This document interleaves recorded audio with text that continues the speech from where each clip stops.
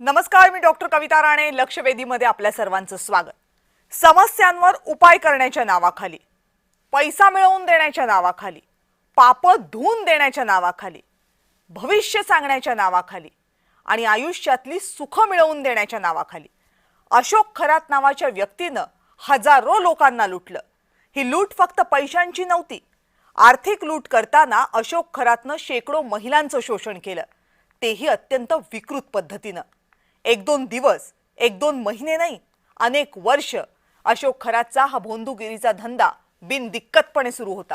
आणि त्याला कारण होतं अशोक खरातकडे लागलेली नेत्यांची रांग. महाराष्ट्रातले जवळपास सगळ्याच राजकीय पक्षांचे नेते या खरातचे म्हणे भक्त. या नेत्यांनी खरातला सगळं दिलं, पैसा दिला, सत्तेची ऊब दिली आणि सरकारी वर्तुळात प्रवेश दिला. हे प्रवेश देणारे कालपर्यंत आपण खरातच्या संपर्कात होतो हे मान्यच करत नव्हते. खरात सोबतचे फोटोज हे फक्त राजकीय नेत्यांच्या सार्वजनिक जीवनातले फोटो आहेत. खरातच्या काळ्या कारनाम्यांशी आपला संबंध नाही, खरातशी आपण कधी संपर्कात नव्हतो असा या नेत्यांचा दावा आहे. पण सामाजिक कार्यकर्त्या अंजली दमानिया यांनी या सगळ्या दाव्यांवर आज प्रश्नचिन्ह उपस्थित केले. कारण महाराष्ट्रातल्या कोणकोणत्या नेत्यांशी खरात बोलत होता, किती वेळ बोलत होता याची यादीच दमानियांनी दिली. SITनं या सगळ्याला दुजोरा दिलेला नाहीये. पण अंजली दमानियांनी दिलेली माहिती खरी असेल तर खरातशी आपण काय म्हणून संपर्कात होतो हे या नेत्यांना स्पष्ट करावं लागेल.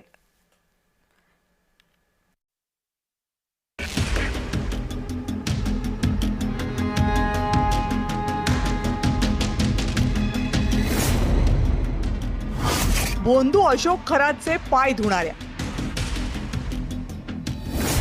भोंदू अशोक खरातच्या डोक्यावर छत्री धरणाऱ्या, भोंदू अशोक खरातचे गुणगौरव गाणाऱ्या, महाराष्ट्र महिला आयोगाच्या माजी अध्यक्षा रुपाली चाकणकर यांनी अशोक खरातला तब्बल 177 फोन कॉल्स केले. दोघांमधला संवाद झाला तो तब्बल 33,727 सेकंदांचा, म्हणजे जवळपास 10 तासांचा. घरातल्या व्यक्तीपाठोपाठ अशोक खरातचं सगळ्यात जास्त संभाषण हे रुपाली चाकणकरांशीच होत होतं. हे आरोप आहेत सामाजिक कार्यकर्त्या अंजली दमानिया यांचे. रुपाली चाकणकर यांचे एकूण 177 कॉल्स हे अशोक खरातांना झाले. एवढंच नाही तर त्यांची बहीण प्रतिभा चाकणकर, 2 दिवस झाले आपण त्यांच्याबद्दलही बरंचसं ऐकतोय, त्यांचे 236 कॉल्स हे अशोक खरातांना झाले. आत्ताच्या घटकेला पहिलं नाव आहे तृप्ती खरातांचं, जे आपण समजू शकतो की बाबा कुटुंबातल्या लोकांशी जास्त बोलणं होत असेल. दुसऱ्या नंबरवर रुपाली चाकणकर आहेत, दुसऱ्या नंबरवर. आणि 33,727 सेकंड या रुपाली चाकणकर खरातांशी बोलल्या होत्या. अंजली दमानिया यांनी रुपाली चाकणकरांसोबतच एकनाथ शिंदेंचंही खरातशी बोलणं होत असल्याचा दावा केलाय. रुपाली चाकणकर आणि अशोक खरात यांच्यामध्ये 177 फोन कॉल झाले. रुपाली चाकणकरांच्या बहीण प्रतिभा चाकणकर आणि अशोक खरात यांच्यात 236 फोन कॉल्स. एकनाथ शिंदे आणि अशोक खरात यांच्यामध्ये 17 फोन कॉल्स. चंद्रकांत पाटील आणि अशोक खरात यांच्यामध्ये 8 कॉल्स. सुनील तटकरे आणि अशोक खरात यांच्यामध्ये 8 कॉल्स. आशिष शेलार आणि अशोक खरात यांच्यामध्ये 1 कॉल. तर दीपक केसरकर यांचे निकटवर्तीय दीपक लोंढे आणि अशोक खरात यांच्यामध्ये 189 कॉल्स. एका अज्ञात व्यक्तीनं अंजली दमानिया यांना हे कॉल रेकॉर्ड्स पाठवलेत. अंजली दमानिया यांनी हे सगळे कॉल रेकॉर्ड्स SIT कडे सुपूर्द केलेत. अजूनही या सगळ्या लोकांची चौकशी होत नाहीये. फक्त खरातचे रकानेच्या रकाने भरून माहिती येते. आमचा प्रश्न आहे, आमच्या मनात ही शंका आहे, महाराष्ट्राच्या मनातला हा प्रश्न आहे की सरकारला खरंच हे प्रकरण लॉजिकल एंडला न्यायचं आहे का, की फक्त याने कॉल केला त्याने कॉल केला असं म्हणून काही ठराविक नावं डॅमेज करायची आहेत. अंजली दमानिया यांच्या आरोपांवर शिवसेनेनं मात्र सावध प्रतिक्रिया दिली आहे. शिंदे साहेबांना, मुख्यमंत्र्यांना, मला किंवा अन्य काही नेत्यांना अनेक लोक दिवसातून फोन करत असतात, म्हणून आम्ही काय प्रत्येकाचा काय कॉल रेकॉर्ड ठेवत नाही. ठीक आहे, आता चौकशी जी आहे ती चौकशी होईल आणि सत्य लोकांच्या समोर येईल. एखाद्या व्यक्तीसोबत फोटो काढणं किंवा एखाद्या व्यक्तीशी फोनवरून बोलणं म्हणजे आपण त्या व्यक्तीच्या गुन्ह्यांमध्ये सहभागी होतो असा अर्थ नक्कीच होत नाही. पण घटनात्मक पदांवर असलेल्या इतक्या व्यक्ती जर एकाच व्यक्तीशी बोलत असतील आणि तो व्यक्ती इतक्या गंभीर गुन्ह्यांमध्ये सहभागी असेल तर एकतर नेत्यांनी याबाबतची माहिती स्वतः द्यायला हवी, नाहीतर यंत्रणांनी त्याचा तपास करून ती माहिती मिळवायला हवी.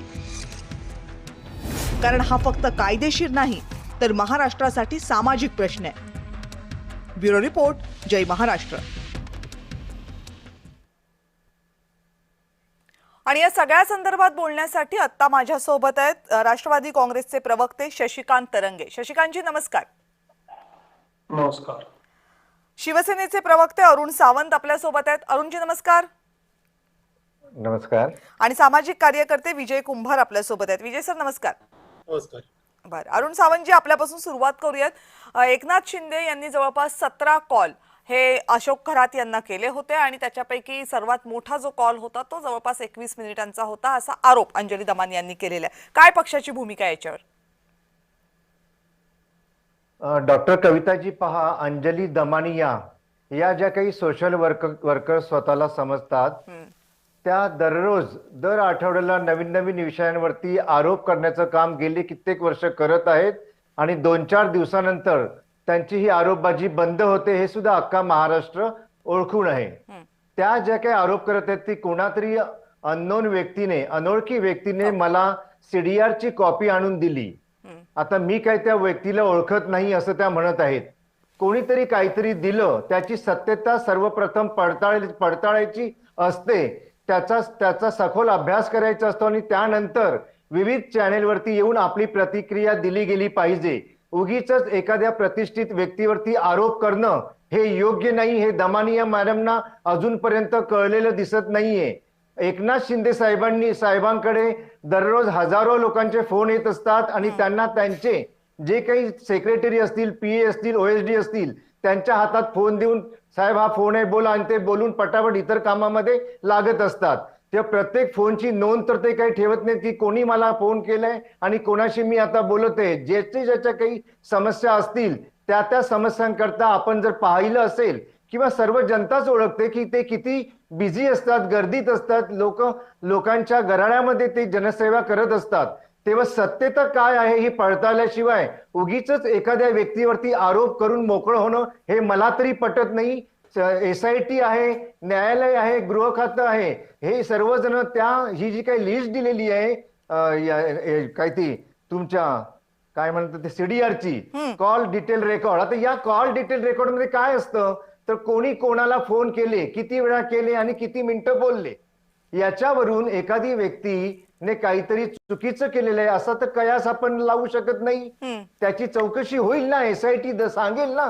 SIT नेमलेली तिचं काम काय आहे की बाबा एकनाथ शिंदे साहेबांनी खरोखर त्या व्यक्तीशी बोलले असते तर काय बोलले, कशासाठी बोलले, त्याचा रिपोर्ट निघेल, त्याच्यानंतर आपण भांडूया सगळेजण. ठीक आहे, म्हणजे आमचा याच्यामध्ये काही संबंध नाही. कॉल झाला असेल तर त्या संदर्भातली चौकशी व्हावी अशीच तुमची भूमिका आहे. शशिकांत तरंगेजी, तुमच्या पक्षाच्या नेत्यांची सुद्धा नाव याच्यामध्ये आहेत. सुनील तटकरेंचं नाव याच्यामध्ये, रुपाली चाकणकर यांचं नाव याच्यामध्ये, रुपाली चाकणकरांच्या बहिणीचं नाव याच्यामध्ये. काय भूमिका आहे तुमच्या पक्षाची यावर? नाही, आता जे शिवसेनेचे प्रवक्ते अरुण सावंत साहेबांनी जे सांगितलं ते अत्यंत खरं आहे की अंजली दमानी यांनी एखाद्या अननोन व्यक्तीने जर आपल्याकडे CDR दिले आणि त्यानुसार आपण प्रसार माध्यमातून सनसनाटी निर्माण करण्याचा जो प्रयत्न करतोय त्यामध्ये सत्यता किती आहे, तो व्यक्ती कोणत्या दर्जाचा होता, तो एखादा प्रमुख अधिकारी आहे का, किंवा तो कोणत्या स्वरूपामध्ये अशा बातम्या लीक करण्याचा प्रयत्न करतोय की ज्या माध्यमातून या महाराष्ट्रामध्ये ज्यांनी आपलं आयुष्य राजकारणामध्ये समाजकारणामध्ये घातलं त्यांच्या कारकिर्दीला बदनाम करण्याचा तर या माध्यमातून प्रयत्न करण्याचा डाव कोण आखत असेल आणि अशा माध्यमातून जर समाज व्यवस्थेमध्ये काम करणाऱ्या लोकांना सत्यता तपासल्याशिवाय जर कोण असं बदनाम करत असेल तर ते या महाराष्ट्रासाठी, देशासाठी निंदनीय आहे. ज्यांनी फोन कॉल केले ते SIT मध्ये समोर येईल आणि SITचा तपास झाल्यानंतर जो कोण दोषी असेल त्या दोषींवरती निश्चितपणे कारवाई होईल आणि कारवाई झालीही पाहिजे या मताशी आम्ही सर्वजण आहोत. परंतु कुणीतरी सांगितलं आणि म्हणून ते खरं ठरलं असं होत नाही. अंजल्या दमाने यांनी अनेक वेळा अनेक असे आरोप महाराष्ट्रातील अनेक नामवंत नेतृत्वांवरती केलेले आहेत, परंतु त्याचं पुढं काय झालं हे देखील तपासणं गरजेचं आहे. पण जर तुमच्या विनाकारण- नेत्यांचे एवढे फोन झाले असतील अशोक खराशी, तर त्यात तुम्हाला काही वावगं वाटतंय की नाही वाटत? नाही, 100% जर अशोक खरातांच्या बरोबर फोन कॉल झाले असतील तर ते कोणत्या कारणासाठी झाले? अशोक खरातांच्या बरोबर संबंध आले तो अशोक खरात आरोपी आहे हे समजल्यानंतर आले का? ते पूर्वी एखादा माणूस आपल्या जीवनामध्ये संपर्कात आल्यानंतर तो पुढे जाऊन काय गुण उधळतो हे कोणालाच माहित नसतं. आज मी तुमच्या टीव्ही चॅनलवरती बोललो, बसलो, तुमचा मला संपर्क झाला आणि मी आलो, मी इथं काय गुण उधळणार आहे हे तुम्हाला माहित नव्हते. तसंच अशोक खरात समाज व्यवस्थेमध्ये काम करताना काय गुण उधळतो हे कोणाला माहित नव्हतं. आणि जर त्या गुन्ह्यामध्ये कोण सहभागी असेल तर निश्चितपणे त्या व्यक्तीवर कारवाई झाली पाहिजे. तो कोणत्या पक्षाचा, तो राष्ट्रवादीचा, शिवसेनेचा, भाजपचा याच्याशी मतलब नाही. जो कोण या गुन्ह्यामध्ये सहभागी आहे, जो कोण या बर, म्हणजे थोडक्यात तुमचं असं म्हणणं आहे की अशोक खरात जे काही करत होता, गुन्हेगारी वृत्तीची कृत्य जी त्याची होती, त्याच्यावर जे आरोप आहेत त्याच्याबद्दल फोन करणाऱ्या नेत्यांना काहीही माहित नव्हतं, ते नेत्यांचा त्याच्याशी काही संबंध नव्हता, त्यांना त्याची काही माहिती नव्हती, असं म्हणणं आहे ना तुमच्या दोघांचं पण? होय होय, अगदी बरोबर, असंच म्हणणं आहे. स्वरूपाचा गुन्हेगार असेल ठीक आहे. तर कोणताही राजकीय नेता आपल्या कारकिर्दीला बट्टा लावणार नाही. ठीक. तो अशा दुष्ट प्रवृत्तीच्या लोकांपासून दूर राहून ठीक ठीक पसंत करेल आणि त्याच्यावर कारवाईसाठी पुढे येण्यासाठी तो तयार राहील. ठीक. परंतु कोणतीही कल्पना नसताना अशा पद्धतीचं महाराष्ट्रामध्ये वातावरण बर, तयार ठीक आहे करून ठीक आहे ठीक आहे ठीक आहे. विजयजी, पटणार आहे का हे एक्सप्लेनेशन दोनही पक्षांच्या नेत्यांचं? नाही, ते पक्षावर नंतर बोलतो, परंतु त्याच्या आधी एक काही गोष्टी स्पष्ट करणं गरजेचं आहे. अशासाठी समजा मलाही रोज एक काही पत्रकार आहेत, जे ठराविक पत्रकार, त्यांचे रोज 2-3 कॉल येतात. वर्षभरात ते होतील 1,500 कॉल. त्यामुळे केवळ कॉल आले आणि कॉल आले नाही किंवा कुणी कॉल केले याच्यावर काही ठरवता येणार नाही, हे खरं आहे. याच्यावरती कुठलेही दुमत असण्याचं कारण नाही. परंतु अंजली दमानी यांनी काही तपासलंच नसेल किंवा माहिती घेतलीच नसेल असं आता मी म्हणू शकत नाही, कारण त्या संदर्भात माझ्याकडे पुरावा नाही. आता तिसरी महत्वाची गोष्ट, हा जो कोणी अशोक खरात याचा नावाचा इसम आहे, तो पाऊस शतक या राज्यामध्ये काम करतोय. 2022 म्हणजे 2005ला एक गुन्हा दाखल झाला होता, तो दाखल करून घेतला नाही. 2022ला पहिला गुन्हा आहे त्याच्यावर. त्यानंतर त्याच्या गुन्ह्यांचा जो हे वाढत चाललेला आहे ग्राफ, तो प्रचंड वाढलेला आहे. तिसरी गोष्ट, याच्यामध्ये आता जे तुम्ही कॉल डिटेल्स म्हणालात ते सीडीआर आहेत कधीचे, तर असं जे काही पेपरमधल्या बातम्यावरनं दिसतंय की ते आहेत एप्रिल 2025 ते मार्च 2026. म्हणजे ज्या काळात हे प्रकरण उघडकीला यायला सुरुवात झाली, ज्या काळामध्ये ह्या प्रकरणामधले गुंतागुंत वाढली, एकमेकांवर आरोप व्हायला लागले, पोलीस कंप्लेंट्स वगैरे झाल्या, त्या काळातले हे सीडीआर आहे. तिसरी गोष्ट, याच्यामध्ये म्हणजे आता हे त्या मंत्र्यांनीच कबूल केलंय की रस्ता करून दिला, तो एकनाथ शिंदे साहेबांबरोबर गेलो होतो, त्यांनी रस्ता मागितला आणि त्याच्या संस्थेला रस्ता दिला. त्यानंतर कोणी पाणी दिलं, कोणी ते बांधून दिलं, कोणी त्याला पर्यटन याच्यामध्ये घेतलं. आणि हे सगळं इलिगल असताना घेतलं. त्याच्यात कुठली एखादी गोष्ट लिगल आहे असं म्हटलं असतं तरी आपण एक वेळ गुन्हा विषय सोडून दिला असता. परंतु ज्या घटना घडल्यात आतापर्यंत, ज्या प्रकारच्या घटना घडल्यात आणि ज्यांची नावं आली त्यांची कॉन्क्रीट आलीत, म्हणजे GR सह आलीत. ठीक आहे, अशी उधळलीत कोणी नावं म्हणून आलेली नाहीत, तर काही मंत्र्यांच्या कबुलीतून आले, व्हिडिओ मधून आले, काही GR आपल्याला सापडले त्याच्यातून आले. ते त्याच्यामुळे याच्यावर गुन्हेगारीवर शिक्कामोर्तब कधीच झालं होतं. आणि विशेषतः काय असतं, आता मला हे मान्य आहे की कोणी काही मुद्दाम गुन्हेगारांशी संबंध ठेवत नाही, परंतु सध्याच्या राजकारणाबद्दल तसं म्हणता येणार नाही.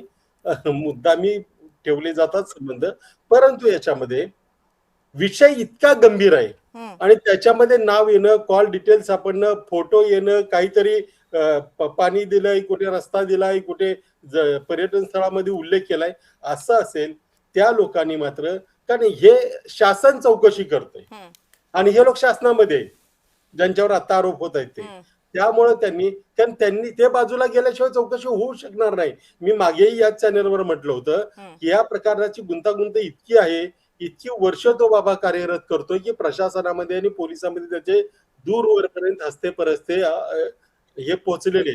आणि त्याला सगळे मदत करण्याचे प्रयत्न करणार आहेत. काही अधिकाऱ्यांची नावं आपण पण घेतली होती. त्यामुळे ज्यांची नावं येत आहेत, आता नुसतेच आरोप होणे आणि याच्यामध्ये चौकशी सुरू असताना काही गोष्टी पुढे येणे याच्यातला फरक आहे. त्या नावं पुढे आलेली आहेत. आता काय चाकणकर मॅडम त्यांच्या बहिणीचं इतक्या वेळा नाव येतं की त्यांनी आता काही काळ तरी किंवा लवकर तपास करा, विशेष SIT ला महिन्यात तपास करायला सांगा, काय करायचं करा, परंतु तोपर्यंत या लोकांना ज्यांच्यावर आता आरोप होत आहेत त्यांना या सगळ्या गोष्टीपासून लांब ठेवलं पाहिजे. ते जर लांब होत नसतील तर मुख्यमंत्र्यांनी त्यांना लांब केलं पाहिजे, असं मी अनेक वेळा म्हटलोय. त्याची आता पुनरुक्ती इथं करतो. हा मुद्दा खूप महत्वाचा आहे अरुण सावंतजी. जर घटनात्मक पदांवर असलेल्या व्यक्ती, इतक्या महत्वाच्या सत्तेच्या पदांवर असणाऱ्या व्यक्ती, त्यांच्यावर आरोप होत असतील, त्यांच्यावर प्रश्नचिन्ह निर्माण होत असतील आणि त्या व्यक्तीत जर पदावर राहणार असतील तर मग चौकशी निष्पक्ष कशी होणार असा प्रश्न अनेकांच्या मनात आहे. डॉक्टर कविताजी पहा, आरोप कोणावरती अजूनपर्यंत सिद्ध झालेले नाहीत. मात्र एका मताचा मी आहे की भोंदूबाबा अशोक खरात यांनी जी काही कृत्य केलेली आहेत त्या सर्वांची चौकशी होऊन त्यांना योग्य ते कडक शासनाने झालंच पाहिजे. दुसरी गोष्ट, आता दमानिया मॅडम घ्या किंवा तुमच्या कोणत्या अंधारे बाई घ्या किंवा अजून एक कोणतरी पुण्याची बाई आहे, या तिघी जणींमध्ये सध्या स्पर्धा चालू आहे की तू पुढे की मी पुढे, मी पुढे की तू पुढे.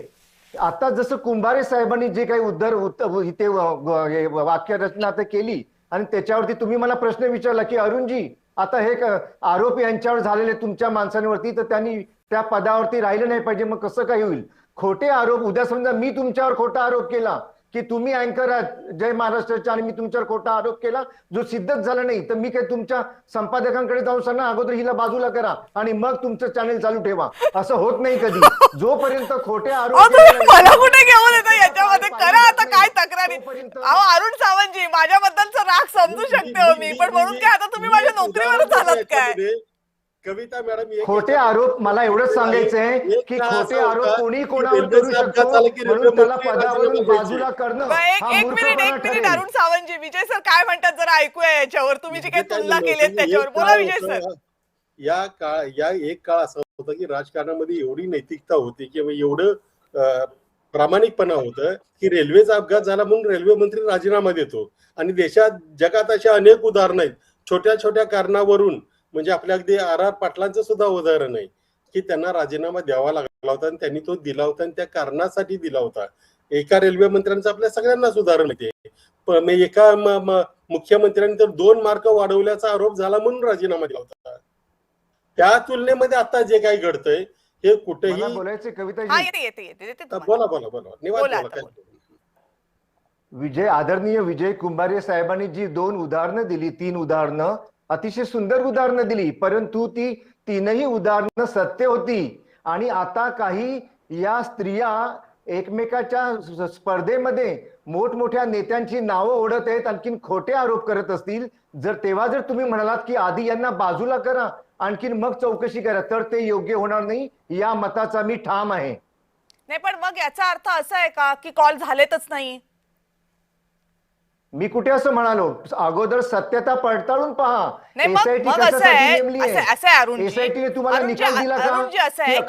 अरुणजी असं आहे की हा मुद्दा इतका महत्वाचा आणि इतका मोठा आहे की याच्यामध्ये सरळ सरळ आपल्याला फुली कशावर मारता येणार नाही.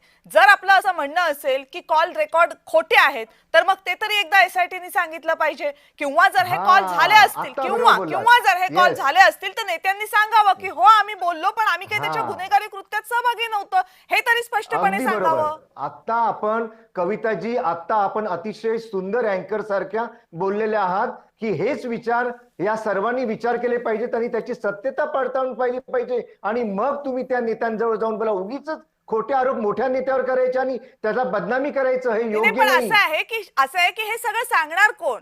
हे सगळं SIT सांगेल ना, हे सगळं चौकशी यंत्रणांना सांगावं लागेल, आणि चौकशी यंत्रणा कुणाच्या अखत्यारीत येते? सरकारच्या अखत्यारीत येते. त्यामुळे सरकारला पुढाकार घेऊन येतं सांगावं तर लागेल ना शशिकांतजी की यातलं काय खरं आहे काय खोटं आहे म्हणून. SIT ला अतिशय सुंदररित्या वेळ दिलेला आहे आणि SIT अतिशय सुंदररित्या काम करत आहे असं विरोधक सुद्धा सांगत आहेत. मग आपण सगळे एवढे उतावीळ का झालेले आहात? नाही प्रश्न उतावीळपणाचा नाहीये अरुणजी, प्रश्न उतावीळपणाचा नाहीये. प्रश्न महाराष्ट्राला मनात येणाऱ्या प्रश्नांचा आहे आणि ते प्रश्न विचारू नयेत का? त्या प्रश्नांबद्दल काही चौकशीच करू नये का? असं तर होणार नाही. बरं, कुणी आरोप केलेत किंवा कुणी माहिती दिलेत याच्यावरनं आपण माहितीची सत्यासत्यता किंवा माहितीवर प्रश्नचिन्ह निर्माण करणार आहोत का? की फक्त अंजली दमानी यांनी केलं, सुषमा अंधारे यांनी केलं म्हणून आपण त्याच्याकडे बघायचंच नाही, असं तर असू शकत नाही ना. आपण माहितीचा विचार करूया. शशिकांतजी बोला. शशिकांतजी, अननोन व्यक्तीने दिलेल्या CDRच्या आधारे जर आपण महाराष्ट्रामध्ये अशा पद्धतीचं आरोप करून प्रमुख नेत्यांना अशा बदनामीच्या चौकटीमध्ये आणत असत तर ते अतिशय चुकीचं होईल. SIT ला तपास करण्यासाठी वेळ द्यावा. SIT जे पुरावे जे यामधून तपास करेल त्या तपासाच्या आधारे ज्यांची काही सत्यता समोर येईल त्यानंतर या गोष्टींवरती आपण त्या नेत्यांना आरोपीच्या पिंजऱ्यामध्ये धरणं हे योग्य राहील. शशिकांतजी मान्य आहे मला की अननोन व्यक्तीनं दिलेलं कागद आहे. मान्य आहे मला की त्या कागदावर विश्वास ठेवायचा की नाही यावर प्रश्नचिन्ह उपस्थित करता येऊ शकतं. पण याचा उलट्या बाजूने पण विचार केला पाहिजे ना. ही हिंमत किती जण दाखवू शकतात की माझ्याकडे ही माहिती आहे जी या नेत्यांच्या विरोधात आहे, जे इतक्या मोठ्या पदांवर आहेत आणि मी ती सहजपणे खुलेपणाने येऊन समोर देतो. अशी हिंमत किती जण दाखवणार आहेत? पडद्यामागे आपल्याला सगळ्यांना माहिती आहे ती हिंमत नाही दाखवता येणार. आणि त्याच्या उपरही जर ही माहिती समोर येत असेल, तर किमान सरकारने सांगावं की ही खरी आहे की खोटी आहे. आता एवढी अपेक्षा महाराष्ट्राने नाही धरायची का? आता त्या एका अधिकाऱ्याचे मी पुरावे दिलेत त्याच्यामध्ये की त्या अधिकाऱ्याच्या आणि त्या खराच्या मुलीचं एकत्र 7-12 आहे. काय केलं त्याचं आतापर्यंत? कशाची वाट बघितली जाते? म्हणजे जिथे ठोस पुरावे तिथेही कारवाई नाही आणि मग लोक जे काही माहिती आहे ते लोकांसमोर ठेवली. उलट आता माझं म्हणणं आहे याच्यामध्ये जास्त दोषी ते मंत्री आहेत ज्यांनी सांगितलं की 39 आमदार इकडे जात होते. म्हणजे गुन्हा काय झाला हे तुम्हाला माहिती आहे, गुन्हेगारांची नावं माहिती आहे आणि तुम्ही ती जाहीर करत नाही. उलट अंजली दमानी यांनी असं म्हणता येईल की जी माहिती आहे ती त्या संबंधित यंत्रणांना पाठवूनही दिलेली आहे. असं नाही की त्यांनी केवळ आरोप केले. त्याच्यामुळे आणि अनेकांची नावं येत आहेत आता की ज्यांचे 7-12 दिसत आहेत. हा येते अरुण, डॉक्टर कविताजी येते अरुणजी. आता हा मुद्दा बरोबर आहे ना की जी माहिती दिली त्याच्यावर तर कारवाई होत नाही. आपण अपेक्षा करावं की लोकांनी समोर येऊन अगदी बिनदिक्कतपणे माहिती द्यावी. कोण देणार आहे? आणि जी आली तिच्यावर जर असे प्रश्नचिन्ह उपस्थित केली जाणार असतील तर? डॉक्टर कविताजी, अंजली दमानिया ताईंनी एक कोणतरी अनोळखी व्यक्ती येऊन पेपर त्यांच्या दारात टाकून गेला किंवा देऊन गेला आणि तीच चिठ्ठी अंजली दमानिया जी चालवत आहेत. उद्या जेव्हा SIT कडून चौकशी होईल आणि या चौकशी अंती सत्य बाहेर येईल, जर ते सत्य असं निघालं की हे सर्व बोगस चिठ्ठी कोणीतरी देऊन आमचा टाइम खर्च केला, तेव्हा अंजली दमानिया काय म्हणणार आहे की नाही मला कोणीतरी दिली चिठ्ठी आणून आणि मी तुमच्यापर्यंत पोहोचवली, माझं ते काम होतं, आता ती चिठ्ठी खोटी निघाली तर मी काय करू? हो पण त्यांनी ते लपवलं नाही ना की माझ्याकडे कुणी आणून दिली आहे ती मी तुम्हाला. त्यांनी काय लपवलं? माझा प्रश्न तुम्हाला हा आहे, प्रसिद्धी मिळवण्याकरता त्यांनी ती दिलेली आहे. चिठ्ठी बाजूला ठेवा मिळवण्याकरिता असं आहे अरुणजी. चिठ्ठी बाजूला ठेवा. तुम्ही ठामपणे सांगा ना की आमच्या नेत्यांचं आणि अशोक खरातचं फोनवरून काहीही बोलणं झालेलं नाही, असे कुठलेही रेकॉर्ड्स नाही. हे तुम्ही आता ठामपणे सांगताय का आम्हाला? मी तुमच्या चॅनेलवरती खोटी माहिती सांगणार नाही. जी चिठ्ठी अंजली दमानियाने दिलेली आहे त्या चिठ्ठीचा सोक्षमोक्ष लागला पाहिजे, तेव्हा आमचे नेते आणि SIT येऊन मी तुम्हाला पुन्हा एकदा माझा प्रश्न विचारते कारण तुम्ही माझा प्रश्न टाळलाय. मी तुम्हाला सांगते ती चिठ्ठी बाजूला ठेवा. त्या चिठ्ठीमधल्या आपण आकड्यांचा विचारच नको करूयात. तुम्ही महाराष्ट्राला आत्ता ठामपणे सांगा की शिवसेनेच्या नेत्यांनी अशोक खरातशी दूरध्वनीवरून कोणतीही बातचीत केलेली नाही, त्यांच्यामध्ये कोणतेही फोन कॉल झालेले नाहीत. तुम्ही पण सांगा आणि शशिकांतजी तुम्ही पण सांगा की तुमच्या नेत्यांमध्ये आणि अशोक खरातमध्ये फोन कॉल अजिबात झालेले नाहीत. महाराष्ट्राच्या जनतेला हे सत्य मी सांगू इच्छितो की आमच्या कुठल्याही नेत्याने जर अशोक खरात यांच्याशी बोलणं केलेलं असेल तर त्यावेळेस त्यांच्या नजरेमध्ये त्यांच्या मनामध्ये कदाचित अशोक खरात ही व्यक्ती सभ्य व्यक्ती अशी गणली गेली असेल. म्हणजे बोलणं झालंय ना, म्हणजे बोलणं झालेलं नाही असं तुम्ही म्हणत नाहीत ना. पूर्ण वाक्य ऐका. याचा अर्थ असा होत नाही की अर्थ पहिल्या काढत नाही दिवसापासून होता आज पण 11व्या अरुणजी मी अर्थ दिवसापर्यंत काढतच नाहीये. मी या चर्चेच्या सुरुवातीपासून प्रत्येक वाक्याला त्याला हे काय अर्थ म्हणते आहे? की फोन काय कॉल अर्थ आहे आहेत तुमच्या याचा प्रश्नाला? अर्थ आरोप नाहीत. नाही, नाही. फोन कॉल तुमच्या त्या आहेत प्रश्न- याचा अर्थ आरोप नाहीत. हे स्पष्ट माझं सुरुवातीपासूनचं म्हणणं आहे. फोन कॉल आहेत म्हणजे आरोप असं होत नाही. मुद्दा एवढाच आहे की जर तुम्ही या कागदावर प्रश्न उपस्थित करता तर तुम्ही हे ठामपणे सांगा की नाहीच झालेत कॉल म्हणून. शशिकांतजी सांगताय का तुम्ही? मी असं नाही सांगणार, मी असं फोन खोटं कॉल झाले झाले असतील असू शकतं नसतील बोलणं. हे तपासामध्ये पुढे येईल. एक्झॅक्टली, म्हणजे परंतु- नाही असं तुम्ही ठामपणे नाही सांगत आहात ना दोघंही. परंतु फोन कॉल झाले असतील ते तपासात पुढे येतील. पण आज अंजली दमाने यांनी जी सनसनाटी निर्माण करण्यासाठी जे हे बरोबर. सीडीआरचं एक चिठ्ठी दिली आणि त्यानुसार आपण चर्चा करतोय, तरी हे सगळ्या घटनांचा तपास होणं आणि त्यातून ज्यांनी कुणी फोन कॉल केले ते कोणत्या स्वरूपाचे होते, कोणत्या विषयावर चर्चा झाल्या, या देखील खूप महत्वाच्या ठीक आहेत. आहे. आरोपींना किंवा सहकार्य करण्याच्या बाजूने झाल्या किंवा विशिष्ट कोणत्या मुद्द्यावर चर्चा झाला हे पण महत्वाचं आहे. असं आहे शशिकांतजी, मुळात इथं जिथं फोन कॉल झालेत की नाही हे मान्य करायला तयार होत नाही. तर मग त्या चर्चा कुठल्या स्वरूपाच्या झाल्या, त्या चर्चांमध्ये आरोपीला मदत करण्याचा प्रयत्न झाला की नाही, हे सगळं बाहेर येण्यासाठी महाराष्ट्रानं वाट बघायची. आणि ते येईल की नाही याच्यावर आत्ताच्या ज्या चर्चा सुरू आहेत त्याच्यावरनं तर प्रश्नचिन्हच ना. कारण एका कागदावर या आकड्यांवर जर एवढे प्रश्नचिन्ह उपस्थित होत असतील, जेव्हा की तुम्हाला माहित आहे, तुम्ही हे आत्ताही अमान्य करू शकत नाही आहात की फोन कॉल झालेत म्हणून. ते फोन कॉल झालेत, तुम्हाला माहित आहे, फक्त आता ते जाहीरपणे मान्य करता येत नाही. त्यामुळे तुम्ही दोघंही आडून आडून सांगताय की झाले असतील तर चौकशी होईल, नाही, त्यातनं नाही. काय झालंय. प्रश्न असा आहे की महाराष्ट्राच्या नेत्यांनी अशोक खरातशी चर्चा केली असेल, फोनवर बोलणं झालं असेल तर नेत्यांनी स्पष्टपणे सांगावं की हो आम्ही बोललेलो आहोत. पुन्हा एकदा नेते बोलले अशोक खरातशी याचा अर्थ ते त्याच्या गुन्ह्यांमध्ये सहभागी होतात असा थेटपणे लावता येणार नाही, कुणालाही लावता येणार नाही. पण जे सत्य आहे ते महाराष्ट्राच्या समोर आलं पाहिजे आणि तेच सत्य आणण्याचा प्रयत्न जर सामाजिक कार्यकर्ते करणार असतील तर त्यांच्या उद्देशांवर फक्त प्रश्नचिन्ह उपस्थित करून भागणार नाही. त्यांनी जे प्रश्न उपस्थित केलेत त्याच्यावर सकारात्मक आणि समर्पक उत्तरं दिली तरच हे प्रश्न निकाली निघू शकतात. महाराष्ट्राचे नेते याच्याबाबत जितकी स्पष्ट उत्तरं देतील तितकं महाराष्ट्राच्या शंकांचं निरसन होईल, एवढाच यातला महत्वाचा मुद्दा. आपण सगळेजण चर्चेत सहभागी झालात, सगळ्यांचे मनापासून आभार. आणि या चर्चेमध्ये वेळ झाली इथेच थांबण्याची. पाहत रहा जय महाराष्ट्र.